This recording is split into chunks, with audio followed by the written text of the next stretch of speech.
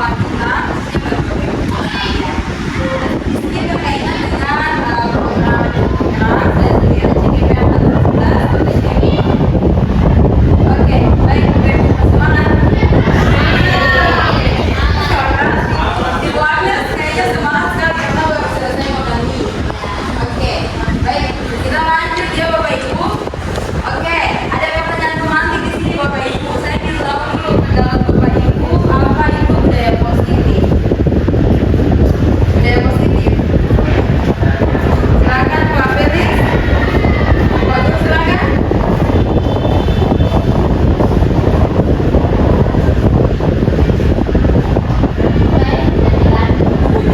Ya, benar budaya tidak diganti. Kalau gitu budaya positif itu lebih spesifiknya konsepnya seperti bagaimana?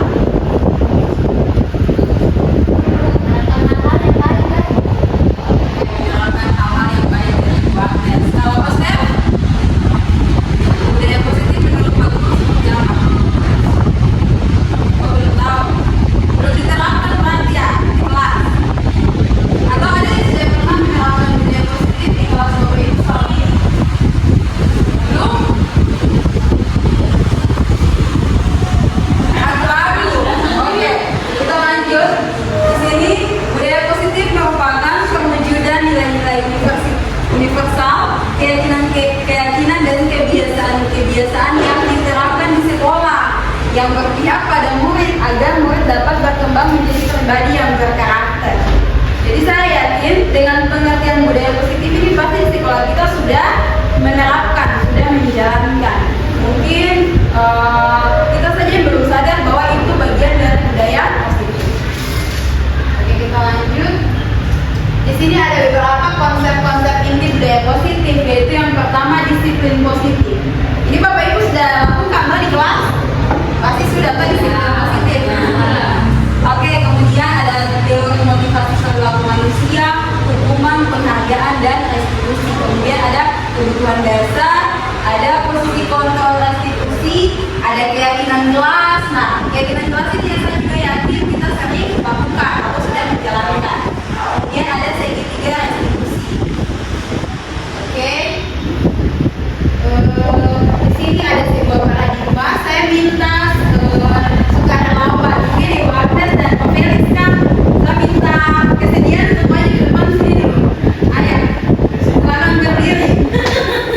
Pak Felix dan Ibu Agnes, ayo. Ibu Agnes, ayo. Tidak.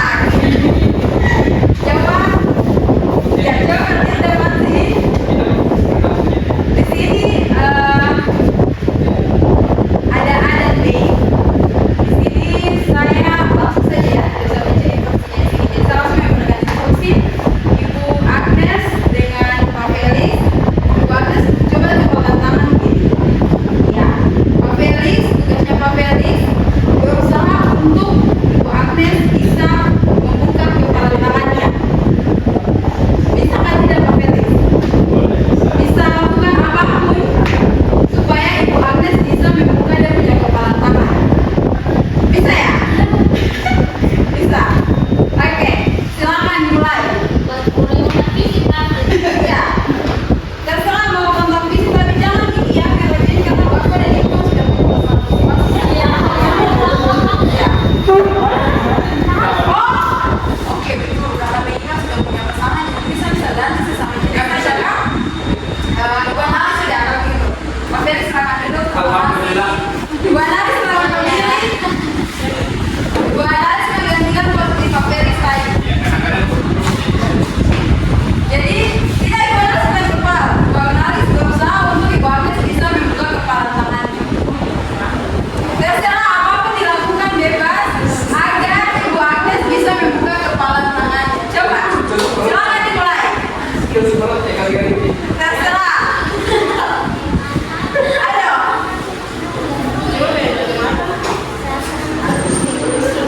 Ibu Agnes harus mempertahankan untuk tetap mengapa Ibu Analis berusaha untuk membuka. Coba ayo. Kita lihat Ibu Analis berusaha atau tidak. Silakan. Dibuka kepala tangannya. Silakan.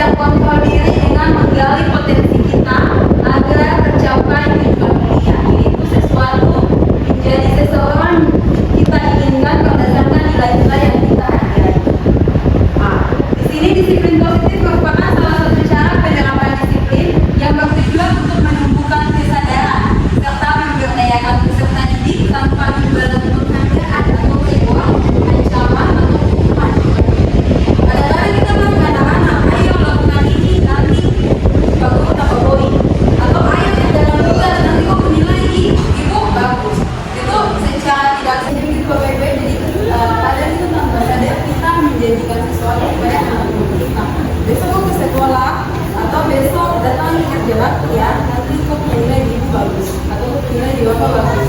Jadi secara tidak sadar kita memberikan suatu harapan berupa menjadikan suatu penghargaan kepada anak-anak. Tapi di sini disiplin positif mengajarkan bahwa atau memiliki konsep bahwa menumbuhkan kesadaran serta memberdayakan peserta didik tanpa imbalan atau penghargaan, sehingga muncul dari dalam diri anak-anak itu sendiri suatu kesadaran. Nah, di sini sebagai pendidik tujuan kita adalah menciptakan murid yang menjadi disiplin diri, sehingga mereka berperilaku mengacu pada nilai-nilai kebajikan universal dan memiliki motivasi intrinsik dalam melakukan cara yang lebih baik. Jadi dalam motivasi ada motivasi intrinsik dan ekstrinsik. Kalau intrinsik berarti dari dalam diri sendiri. Jadi Bapak Ibu, lanjut. Ini ada disiplin positif, yaitu dalam rangka menciptakan lingkungan positif. Salah satu strategi yang perlu kita tinjau kembali adalah penerapan disiplin positif yang ada di sekolah kita. Nah, saya ingin Bapak Ibu merefleksi dulu.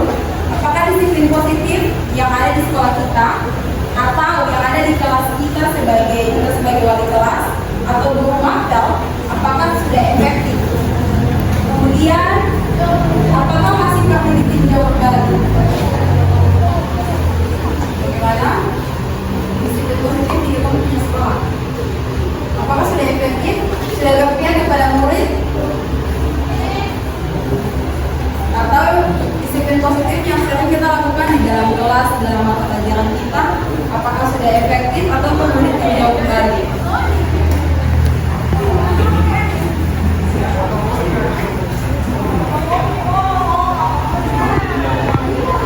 Kalau saya pribadi, disiplin positif kan salah satu hal yang dilakukan tadi, yang didisiplinkan anak dan tidak dari waktu itu ya. Ada dapat dengan keyakinan kelas.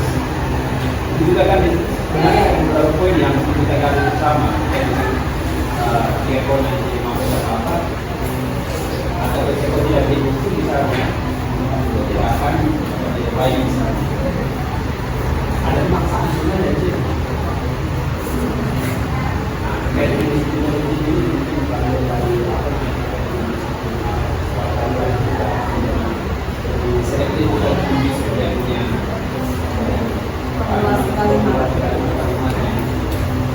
Oke, ada beberapa yang perlu ditinjau kembali supaya lebih berpihak kepada peserta didik. Tidak sedikit, tidak mengingat itu hubungan dengan nilai ada motivasi.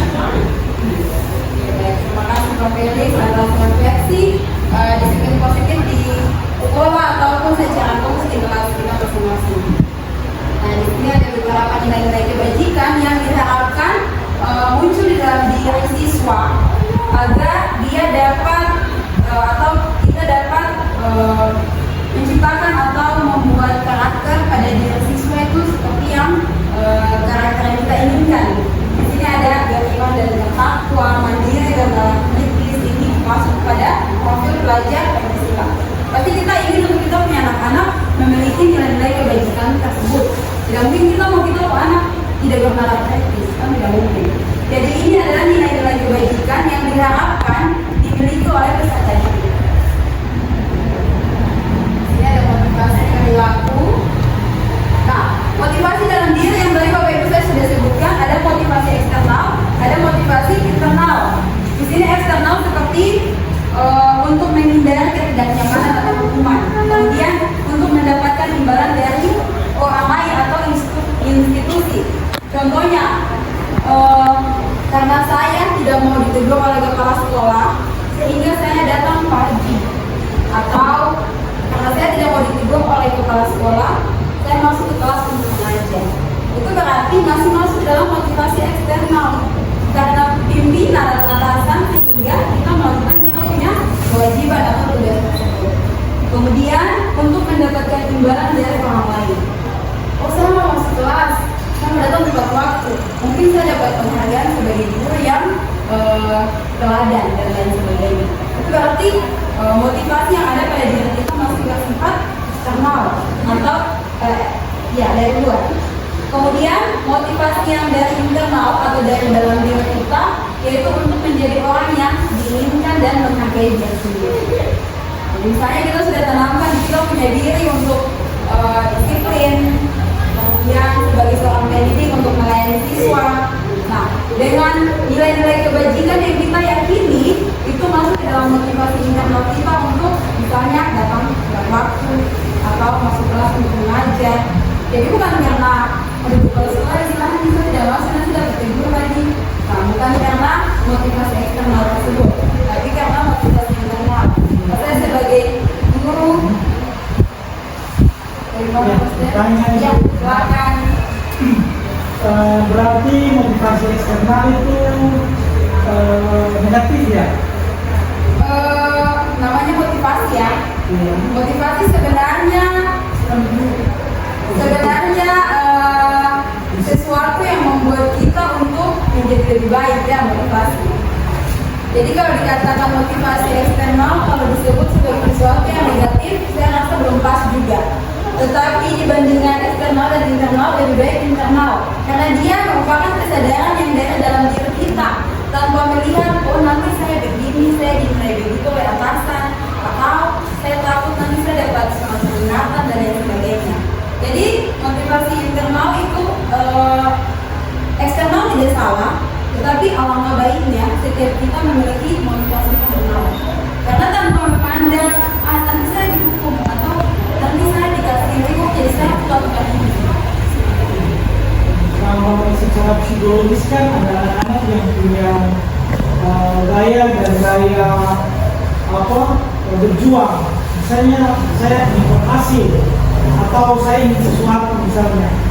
Saya ingin dapat nilai bagus. Itu kan motivasi yang berada di dalam diri. Ya, nah, tapi tadi disinggung bahwa itu ada budaya dari luar. Yang itu ya, sudah ini bagaimana? Mungkin bisa dijelaskan. Terkait dengan itu ya, siswa pasti ingin, misalnya nih, saya ke sekolah, saya gunakan seragam yang lengkap karena saya tidak ingin dapat hukuman, atau saya tidak ingin ditegur oleh wali kelas, atau saya tidak ingin ditegur oleh kesiswaan. Berarti dia masih memiliki motivasi eksternal.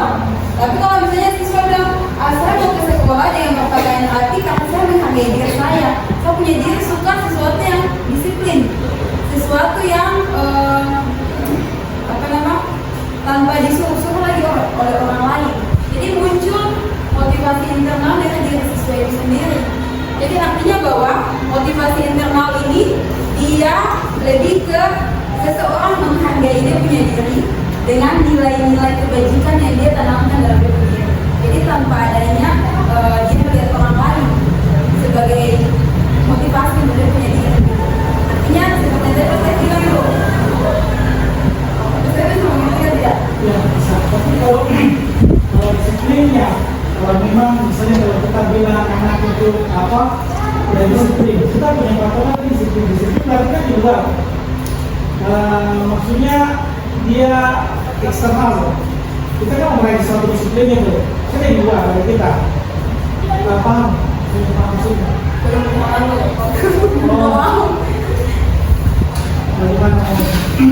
Jadi misalnya saya mau ke sekolah memang disiplin, ya saya ambil aturannya. Kalau saya dikatakan saya ikuti aturan, berarti saya orangnya disiplin. Masalahnya aturan itu kan di luar dari kita. Misalnya dia berhubungan dengan kita.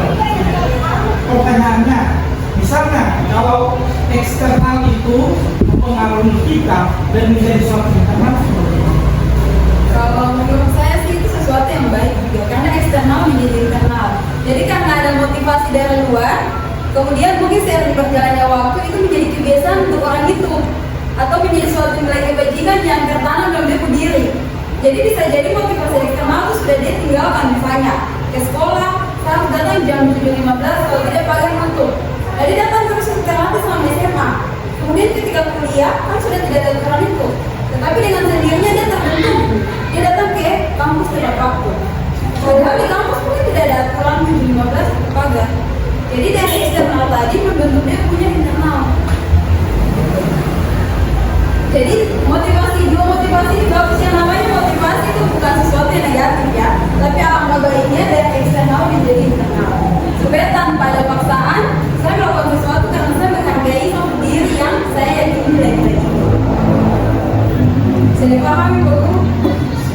namanya motivasi eksternal itu ada individu, Iya, sedangkan motivasi internal itu mulai dari kesadaran. kesadaran. Kalau dia menghargai, dia punya diri terhadap nilai-nilai yang tadi ada pada diri kita. Kesadaran. Ya. Oke, terima kasih Pak Guru. Bang Anji. Nah, ini ada contoh-contoh. Ini, mungkin ini menjadi bahan refleksi juga bagi Bapak Ibu sekalian. Saya baca satu contoh.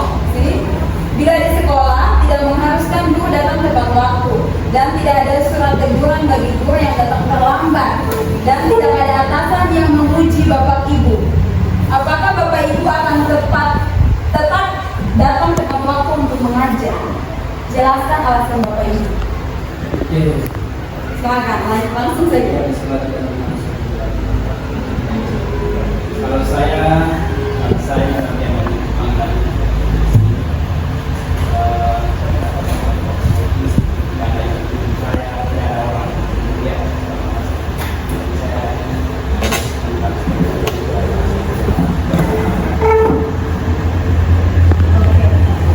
Gimana Pak Step? Terkait pertanyaan yang pertama. Terima kasih Pak Felix. Saya tidak bisa bahas. Oh, bila di sekolah tidak mengharuskan guru datang tepat waktu dan tidak ada surat teguran bagi guru yang datang terlambat dan tidak ada atasan yang memuji Bapak Ibu, apakah Bapak Ibu akan tetap datang tepat waktu untuk mengajar? Jadi walaupun datang terlambat tidak ada aturan yang melarang. Kemudian ada sesuatu yang Pak Guru lakukan baik, tapi atasan juga tidak ada yang reward atau tidak memuji. Apakah Bapak, Ibu atau Bapak tetap datang tepat waktu untuk mengajar? Coba dijelaskan menurutkan dalam Bapak. Kalau saya pertama, kalau satu lembaga tidak mungkin tidak ada, pasti ada. Ada kalau begitu bukan satu lembaga namanya.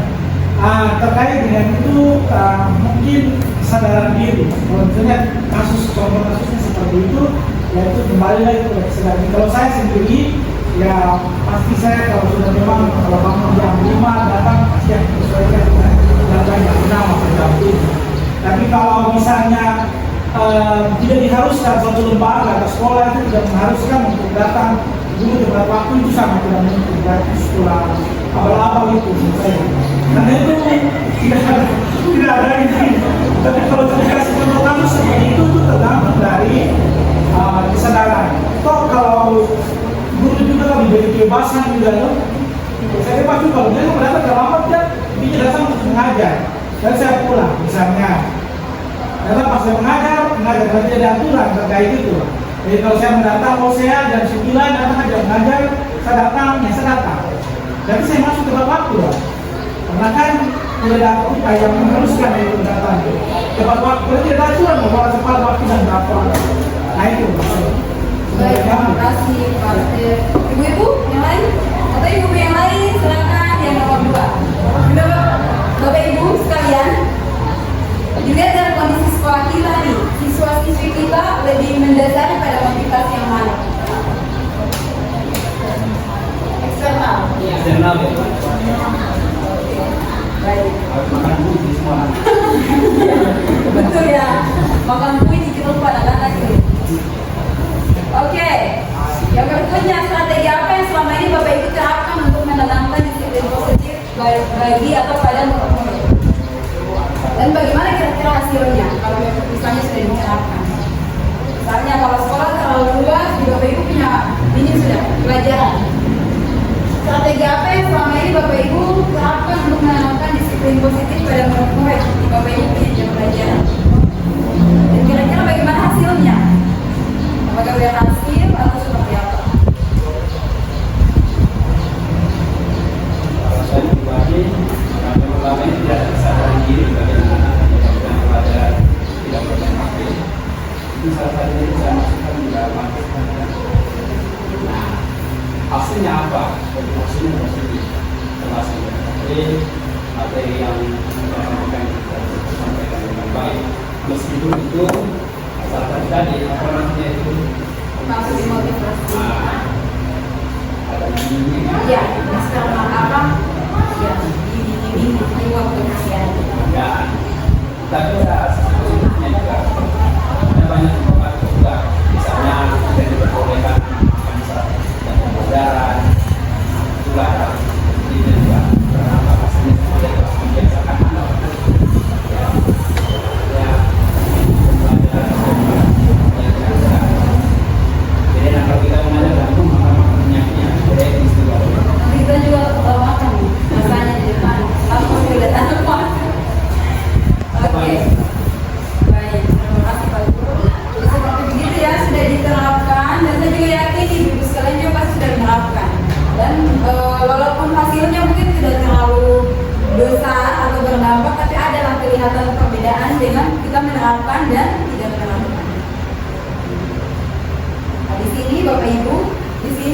tentunya dalam menjalankan budaya positif atau disiplin positif ada hal yang didapatkan.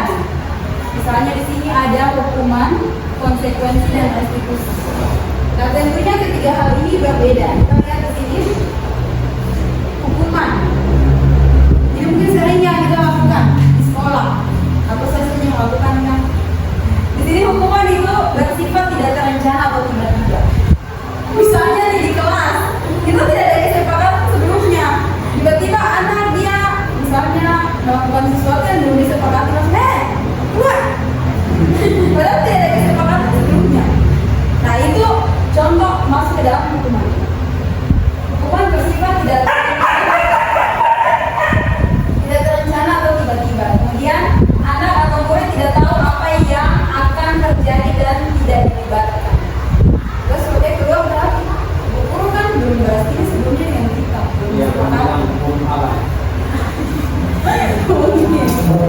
Kemudian hukuman bersifat satu arah dari pihak guru yang memberikan dan murid hanya menerima suatu hukuman tanpa melalui suatu kesepakatan. Kadang itu seorang keluar, kenapa itu? Atau ada yang pakai baik langsung keluar.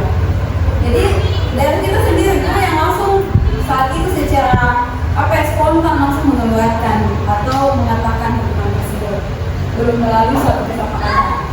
Kemudian hukuman yang diberikan bisa berupa fisik maupun psikis. Murid atau anak bisa titik oleh suatu perbuatan atau kata-kata. Itu yang dimaksud dengan hukuman. Mungkin sering sekali saya lakukan di kelas. Itu begitu. Elia ya.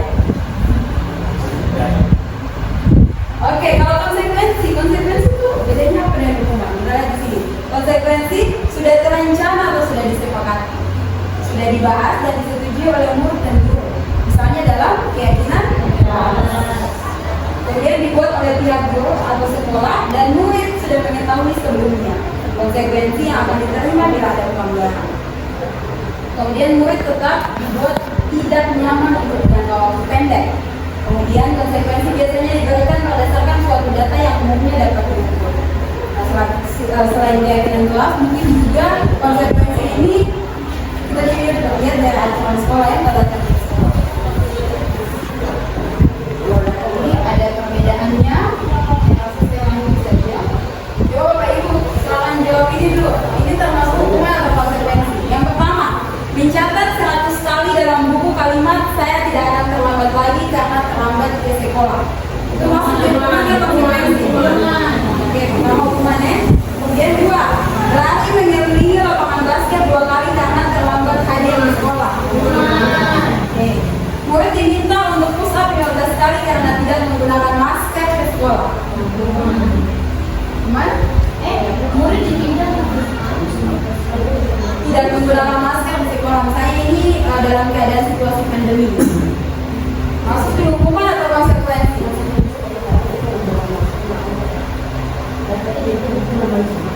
Berarti konsekuensi. Ya, benaris nggak ada gitu ya. Murid diminta untuk push up 15 kali karena tidak menggunakan masker ke sekolah. Situasinya lagi pandemi. Hukuman. Nanti kita lihat kunci jawaban. Mungkin kembali ke materi sebelum tadi kan? Ya ini dulu. Nah ini perbedaan hukuman dan konsekuensi.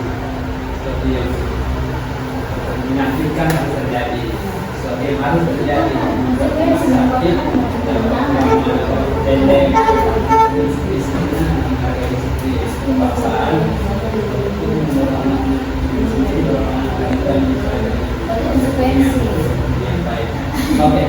Berarti dia maksud di konsekuensi.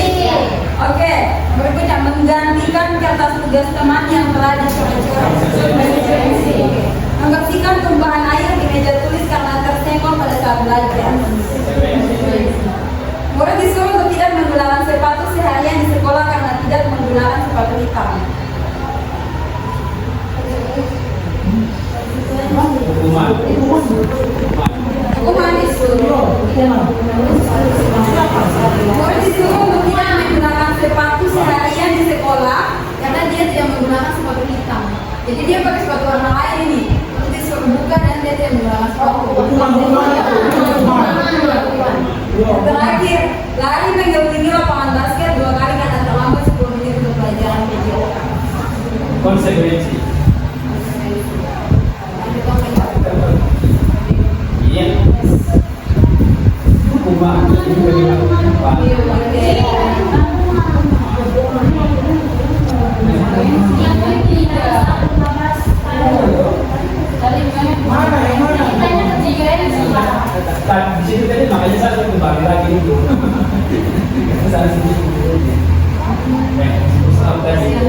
Kurang besar ya pasien, minta maaf ya. Iya.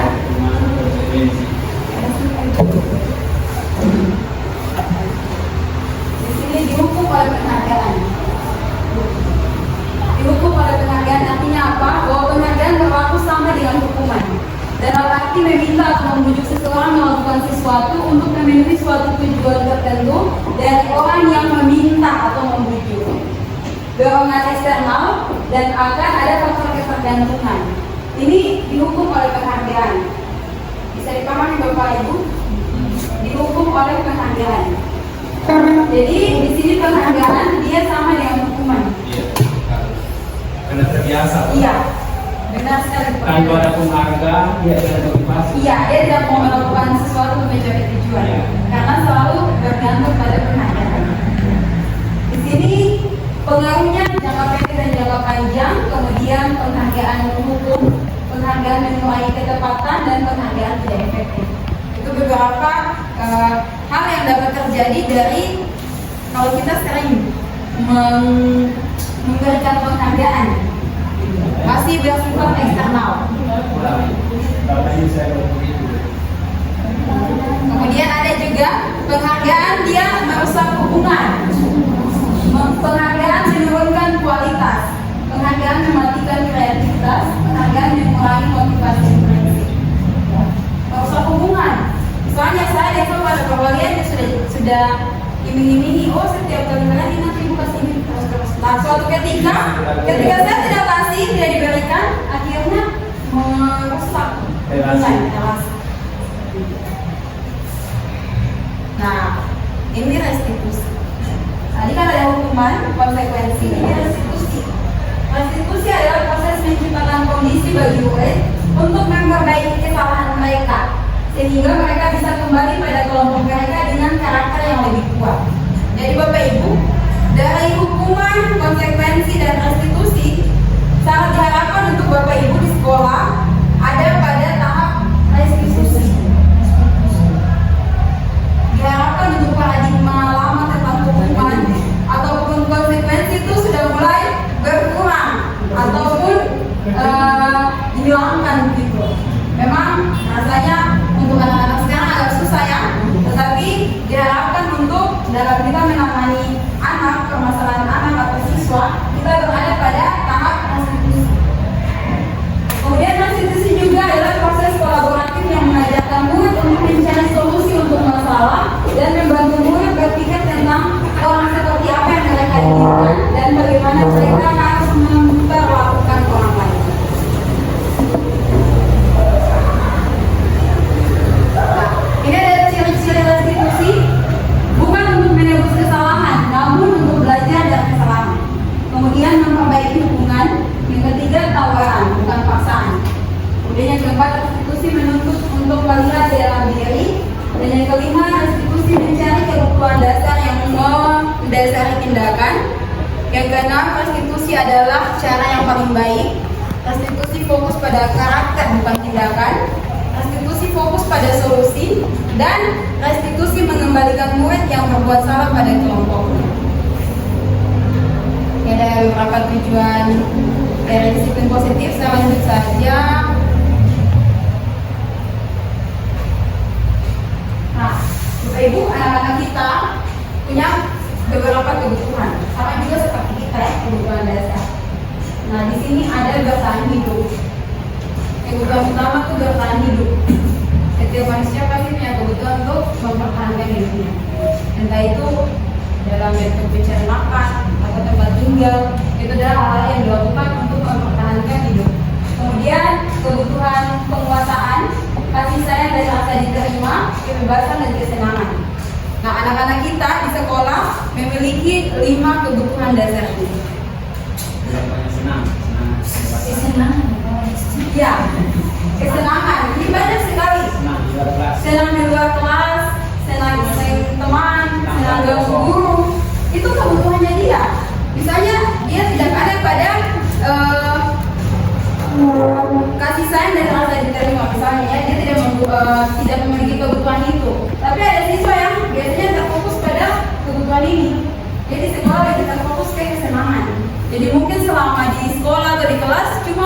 mencari kesenangan dengan menjadi teman kah, walaupun ditegur berulang kali tetap dilakukan. Nah, kebutuhan bertahan hidup adalah kebutuhan yang bersifat fisiologis untuk bertahan hidup, misalnya kesehatan, rumah, dan makanan. Kebutuhan biologis seperti bagian dari proses reproduksi, termasuk kebutuhan untuk tetap bertahan hidup. Komponen psikologis pada kebutuhan ini meliputi kebutuhan akan perasaan aman. Oke, selanjutnya saja. Pertahanan pasangan. Ya, bisa. Kalau ada pasangan, Saat itu pertanyaannya saya juga bisa menjawab. Oke, kita masuk di bagian keyakinan kelas. Nah, ini Ibu Agnes, mengapa keyakinan kelas? Mengapa tidak peraturan kelas saja? Kenapa bahasanya itu keyakinan kelas? Kenapa bukan aturan kelas pelajaran satu misalnya, tapi keyakinan kelas pelajaran satu?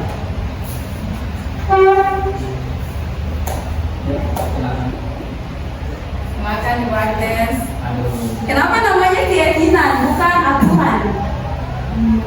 Kalau saya, kenapa kita menggunakan kata keyakinan dan peraturan?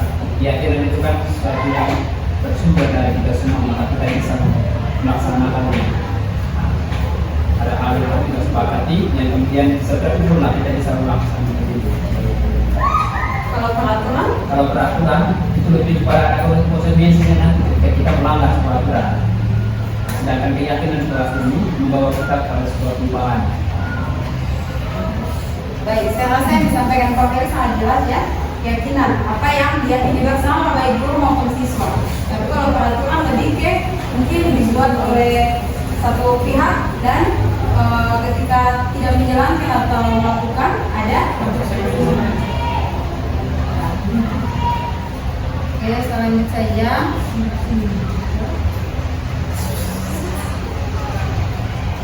Oke, ini adalah contoh-contoh dari keyakinan kelas. Jadi Bapak Ibu yang perlu saya tegaskan di sini bahwa keyakinan kelas itu kita mengubah satu kalimat peraturan misalnya bisa menjadi suatu kalimat positif. Jadi misalnya hadir di kelas tepat waktu, jika terlambat sampaikan maaf dan alasan kepada guru dan teman-teman. Itu contoh dari satu kalimat keyakinan kelas. Bukan lagi misalnya hadir di kelas tepat waktu, jika terlambat apa hukumannya. Nah itu berarti bukan membunyikan satu kalimat positif karena ada konsekuensi atau hukuman di dalamnya. Jadi itu yang dimaksud dengan keyakinan kelas ya. Pas saya sudah pernah bikin keyakinan kelas di grup mapel. Sudah. Apakah yang mental Pak? itu masuk ke keyakinan atau peraturan itu? Kita disepakati bersama. Keyakinan. Itu lebih ke aturan ya. Jadi keyakinan di sini bersifat positif. Jadi membawa anak dan guru semua sama-sama memiliki atau lebih menguatkan nilai-nilai yang diikuti tadi. Iya. Jadi bukan apa? Terus yang banyak setuju ketika saya bilang itu, semua bilang setuju Pak Guru supaya jangan keluar-keluar. Ya, masalahnya tergantung respon anak. Iya, kan itu jadi positif dong berarti. Kalau saya waktu ngajar di kelas Ibu Agnes dan anak-anak itu sama, mereka setuju sebagian besar itu yang cuma 2 yang keluar. Kalau lama, makanya semua sepakat ya betul Pak Guru. Kalau lewat dari 15 menit awal saja. Nah, itu jadi terus sepakat bersama. Berarti berjalan sampai saat ini dengan baik ya Iya, Pak? dengan baik. Nah, satu lagi pertanyaan saya Bapak Ibu. Menurut Bapak Ibu keyakinan kelas ini apakah dibuat per semester atau per tahun atau seperti apa? Kalau saya Semester.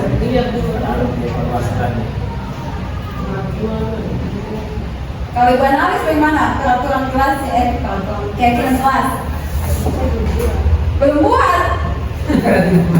Ini menjadi suatu PR juga nih, apalagi kalau BK harus dimulai dengan keyakinan kelas. Ibu analis ya? Oke, jadi seperti begitu Bapak Ibu. Keyakinan kelas sebenarnya bisa dibuat atau keyakinan kelas ini bisa revisi atau diperbaharui, ditinjau kembali sesuai dengan kebutuhan.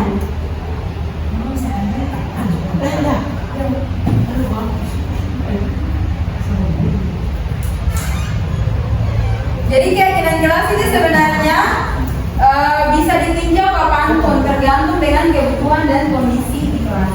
Misalnya itu sudah menjadi suatu kebiasaan nih, berarti ya mungkin tidak perlu lagi dimasukkan di dalam keyakinan, bisa diubah dan tidak harus per semester, bisa 3 bulan sekali kah.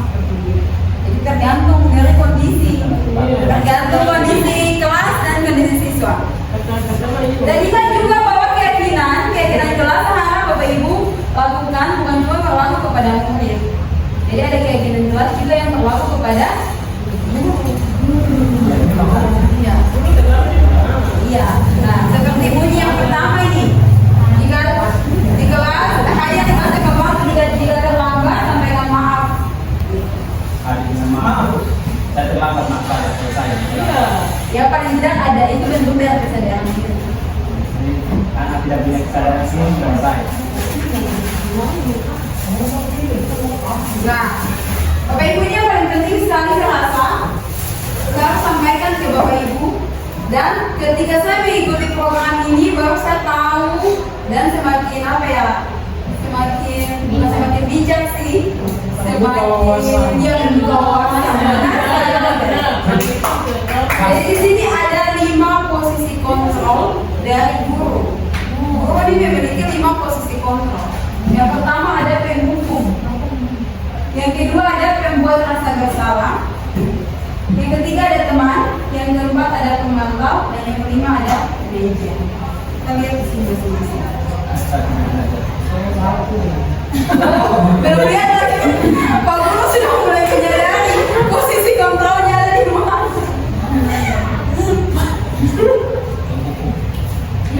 Ini posisi kontrol yang pertama penghukum. Guru percaya bahwa cara dia yang terbaik. Jadi lebih percaya ke guru. Kemudian guru menggunakan hukuman fisik maupun verbal seperti patuhi aturan saya atau awas jangan baca-baca. Oh itu satu aturan. Kemudian kamu ini selalu saja salah. Kenapa kau teruskan? Itu posisi penghukum. Kau lagi. Lihat tiap hari kau lagi. Berarti itu posisi saya sebagai penghukum. Atau selalu yang terakhir selesai. Kau saja yang terakhir. Kenapa kau tidak bisa juga sebagai pembicara? Itu terhukum. Kalau pembuat rasa bersalah, ini kadang-kadang kita membuat anak merasa bersalah. Pada posisi ini biasanya guru akan bersuara lebih lembut. Pembuat rasa bersalah akan menggunakan keheningan yang membuat orang lain merasa tidak nyaman, bersalah atau rendah diri. Kata-kata yang keluar dengan lembut seperti ini Bapak Ibu.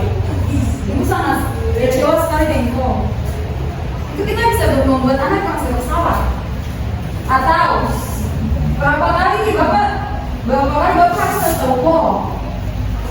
Atau bagaimana coba kalau misalnya orang tua kamu yang membuat seperti begini, atau bagaimana kalau misalnya buat begitu ke orang tuamu.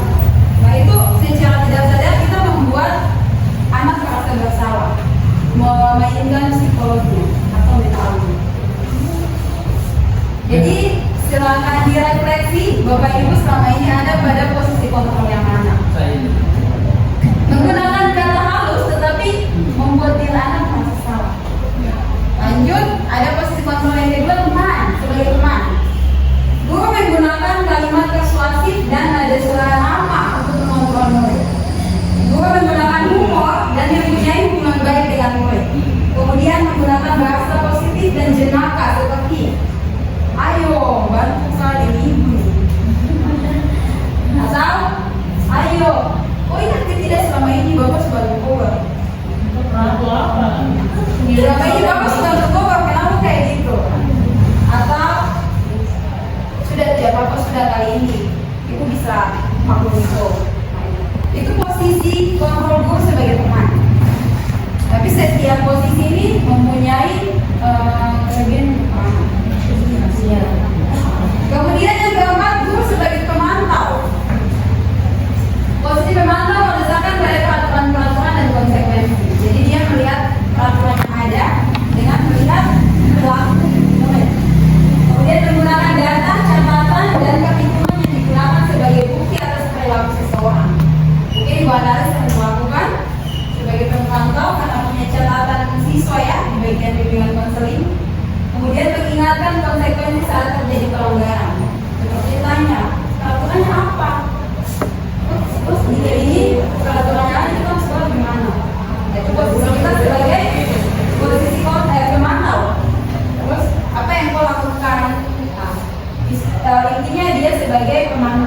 Dia menggunakan data-data yang sudah ada untuk melihat sikap siswa. Posisi yang terakhir, nah ini seharap ada pada Bapak Ibu sekalian, yaitu sebagai manajer. Di sini posisi di mana guru berbuat sesuatu bersama dengan murid, mempersilahkan murid mempertanggungjawabkan perilakunya, mendukung murid agar dapat menemukan solusi atas permasalahannya sendiri. Kemudian menggunakan institusi untuk mengajar murid menganalisis keadaan untuk memperbaiki kesalahannya, misalnya dengan kalimat seperti ini. Apa yang sudah kita yakini di sekolah ini, atau kita keyakinan kita seperti apa? Kemudian apa kau punya rencana untuk memperbaiki kau punya kesalahan ini? Jadi itu posisi sebagai manajer. Kita membawa anak, membimbing dia untuk menemukan solusi terhadap permasalahan yang dia lakukan. Lebih banyak ada di posisi yang mana Bapak Ibu? Dua dan interaksi. Dua itu apa ya? Pembuatan saya salah dengan manajer. Kalau Ibu Agnes? Teman. Pembuatan saya salah. Pastor ada di mana Pastor? 1 dan 2. Satu sama Bapak hukum dengan pembuatan saya bersalah. Ibu saya ada di mana? 1, 2, 3. 1, 2, 3. Miss? Kayaknya sedih teman dengan yang terakhir ini. Ya Bia, kalau Ibu ada di mana? Semuanya. Kayaknya Ibu ada di ini. Semuanya. Hukum boleh ditanya. Dengan pembuatan Kontrol ini tergantung sih, tergantung situasi. tergantung situasi dan kondisi yang ada. Kalau menurut bagus sih. Iya. Kalau lupa harus pada Teman. teman. Kalau itu tidak bagus, Hukum atau pembuatan saya bersalah nih. Kalau sudah peninggalan sudah heavy pakai kata-kata yang lembut tapi menusuk. Membuat saya bersalah. Nah itu dia. Apalagi ada jam mengajar daripada sampai siang. Saya pernah kali pakai yang kedua tadi, sampai saya dipanggil. Membuat saya bersalah. Sampai dipanggil ke kepala sekolah. Kejadiannya anak itu. Kalau guru menggunakan kata-kata Sebenarnya sombong waktu itu, tapi begitu karena di hati jadi masuk ke jantung. Jadi salah. pengalaman yang Pak Guru ya. Setelah itu apakah Pak Guru sudah tobat menggunakan Tidak tobat. Karena bagi saya cara itu yang paling efektif? Kawan tapi menusuk. Karena bagaimana ribut sekali. Kalau seandainya orang tua kami yang mengajar itu bagaimana rasanya? Kalau semua kita berbicara saya akan mendengar. Seandainya Mer yang mengajar di depan, bagaimana perasaannya? Karena ini itu waktu itu. Tapi ini saja dalam hal. Sekarangnya saya dipanggil, tidak akan saya kasih banyak salah paham saja. Biasa berpikir tetap semangat. Tapi itu Tapi itu sudah ada. Gak apa-apa. Anak belajar. Oke, saya putar satu video ya. Ya, bagus. Akhirnya. Ya. Sabar. Gitu. Ah, ini Ya itu kalau gitu. sabar. Lima posisi kontrol itu adalah 1. Posisi penghukum, 2. Kelima posisi kontrol dalam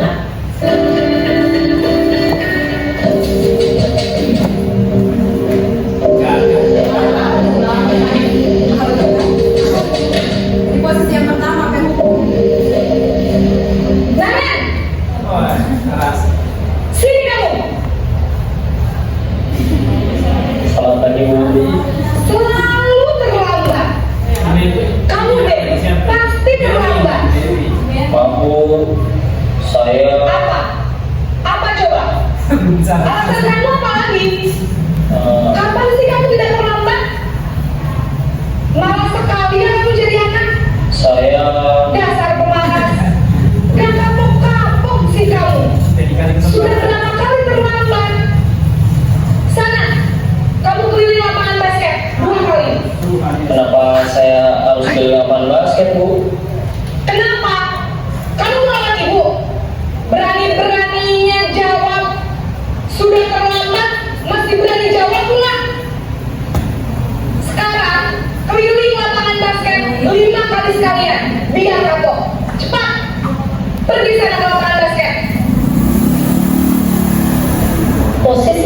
hukum biasanya berbicara dengan nada tinggi, menghardik, menunjuk-nunjuk, menyakiti. Ini perbuatan salah.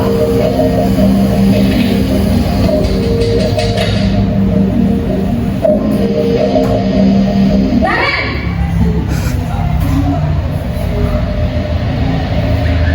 Selamat pagi, Bu. Naren, kamu kenapa terlambat lagi, nak? Ya Tuhan, Naren, kamu senang ya bikin ibu susah ya? Iya. Kalau kamu terlambat lagi, nanti ibu yang ditegur bapak kepala sekolah, nak. Disangka ibu tidak bisa membina kamu. Duh, gimana ini? Maaf, Bu. Duh, Gusti Naren, kamu suka ya kalau ibu ditegur bapak kepala sekolah? Terus, sekarang ibu harus tulis apa yang di buku absen? Ini kamu sudah sering terlambat loh. Ibu harus apa coba? Ganti balik kelas. Maaf, Bu. Maaf sekali. Ya sudah, lain kali jangan bikin ibu susah lagi ya nak ya. Iya. Ibu tidak akan kuat lagi kalau kamu gini terus. Bisa jantungan kalau ibu tegur bapak kepala sekolah. Sana cepat di kelas. Maaf ya, Bu. Maaf sekali. Oke, ini yang kedua. Posisi membuat rasa bersalah Posisi teman.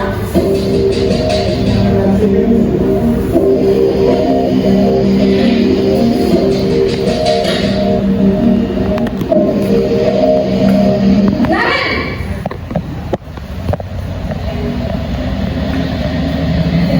Selamat pagi, Bu. Wah, sudah jam berapa ini nak? Selamat pagi ya sayang. Iya, Bu. Habis ibu saya lupa bangunkan saya, Bu.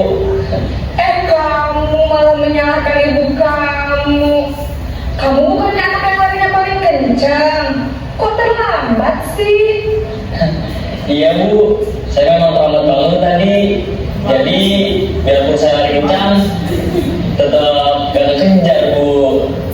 Ya sudah sana. Nanti lain kali larinya lebih kencang lagi ya. Biar gak terlambat lagi. Bikin senang ibu demi ibu. Bisa kan? Bisa lah, Bu. Ya sudah sana masuk kelas. Ibu beresin urusan absen kamu. Kamu ini ada-ada saja. Oke, itu posisi yang ketiga. dalam posisi teman. Guru berbicara dengan nada Pantau.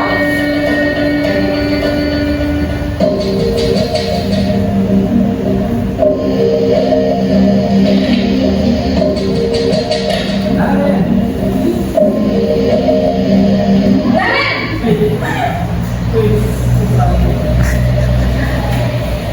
Selamat pagi, Bu.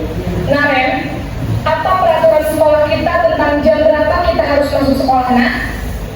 Kita harus di sekolah jam 7, Bu. Iya betul, sekarang sudah jam 7.20. Naren sudah tahu konsekuensinya jika terlambat hadir. Paham, Bu. Saya harus tinggal kelas pas jam istirahat selama 20 menit. Iya benar, konsekuensinya demikian. Jadi nanti jam 9.30 pas istirahat, kamu harus tinggal di kelas, kerjakan tugas tambahan untuk ketertinggalan kamu, ya? Baik, Bu. Oke, kita baca terakhir Bapak Ibu. Posisi pemantau mengandalkan penghitungan atau data untuk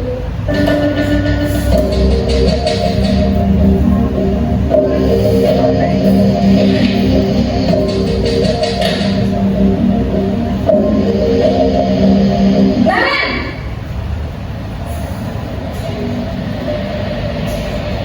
Selamat pagi, Bu. Selamat pagi, Naren. Maaf, Bu. Saya terlambat. Iya, sekolah masuknya jam 7, sekarang sudah jam 7.20. Jadi sekarang bagaimana ini, Naren? Maaf, Bu. Saya lupa setel alarm saya semalam.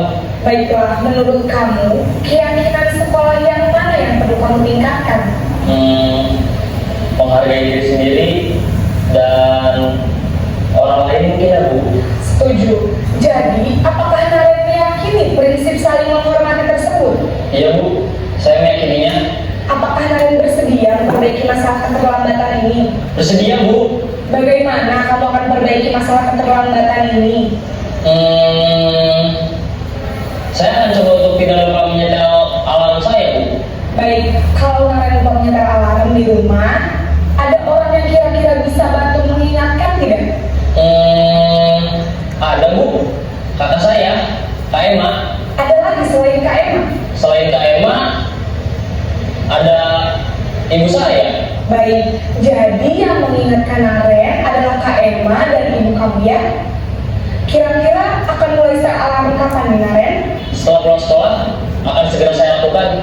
Baik, jadi Naren akan setel alarm untuk bangun besok pagi dan akan diingatkan oleh kakak dan ibunda Naren ya.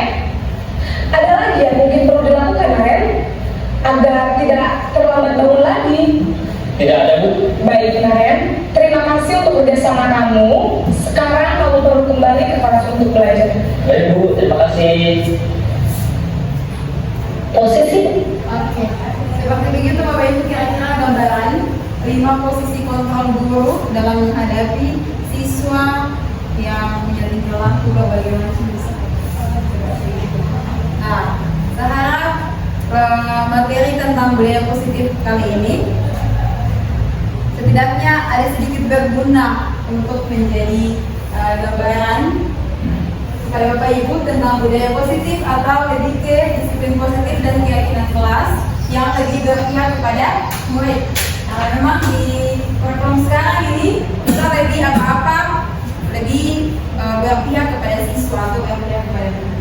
Jadi tetap semangat Bapak Ibu.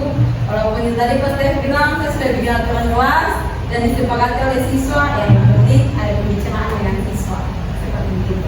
Pelan-pelan mungkin aturan bisa menjadi sesuatu yang diyakini. Seperti begitu. Terima kasih atas waktunya Bapak Ibu. Mungkin ada hal yang ingin disampaikan sebelum saya mengakhiri. Tidak ada? Tidak ada? Pas ya? Oke, terima kasih banyak untuk waktunya di siang ini. Sebelum Bapak dan Ibu ambil makan, kita bisa foto bersama dulu depan. Terima kasih.